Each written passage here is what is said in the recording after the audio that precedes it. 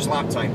The last corner, oh, just in the middle of it, it floats away from you. The circuit changes, it's got a little bit of adverse camber, and that loses the front end grip, and it means you've got to wait, be patient to get onto the power.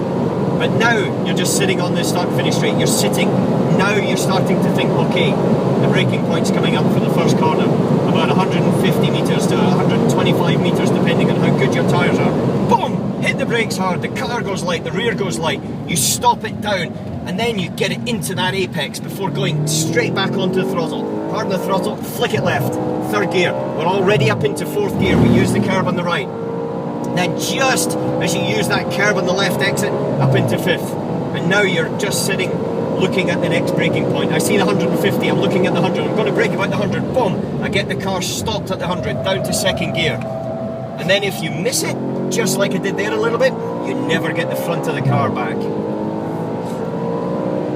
Come through the S's. One of these areas on the circuit where the driver can actually make a difference. He can make a difference in line, he can make a difference in feel. It's one of the ones where you need the car to be as stable as possible. Now there's a difference in how some drivers take that corner, and they go in quick, they come out slow, they go in slow, they come out quick. There is a real compromise in the middle. Now down into the middle section. This is the centre section of the circuit. It's called Sector 2. The first sector is very fast, high-speed section and accelerations. Now we're into the point of the track, which is quite tricky because you've got all these low-speed corners. It's where you have to have finesse on the steering wheel. You've got to brake late, but you can't brake too late because you miss your apex. Miss your apex, don't get the power down. Don't get the power down, lose acceleration. It's one of these conundrums. How late can you brake without braking too late?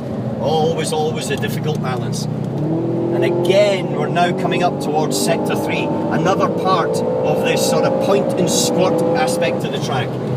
Now for a racing car, you need to have a different feel and you need to have a different setup from one part to the other, but you can't change setups in the middle of a race, so therefore you've just got to make that best of compromises. And the driver has to compromise as well. He's got to think about how things are evolving, how the tyres are evolving, how the circuit's evolving, and then he's always got to adapt all the way through it. With daylight start, high temperatures, probably 45 degrees Celsius track temperatures, and that's going to be hot in the car as well. And then through the dark and much cooler at night, there'll be a lot of track evolution and a lot of driver evolution, but there'll be a heck of a lot of racing.